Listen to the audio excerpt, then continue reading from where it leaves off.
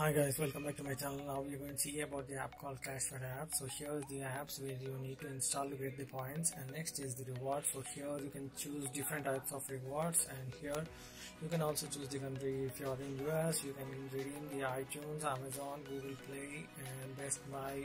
Like this, you can see many other gift cards where the minimum redeem for gift cards is 1800 points, and the highest is 7500 for the iTunes, which is of $25. Next, moving on to the other country, here Canada.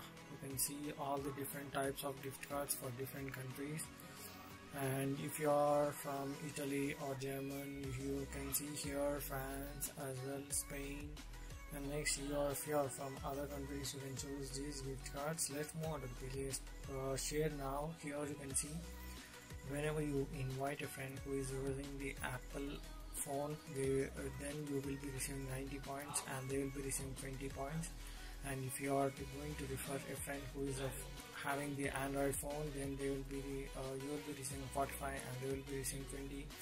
The credit for the friend is same for both Android and iOS. It is 20 points. And now here you can see your gift cards in my gift cards whenever you're redeeming. And that's it guys. Thanks for watching my video. Make sure you hit the subscribe button, tap on the bell icon.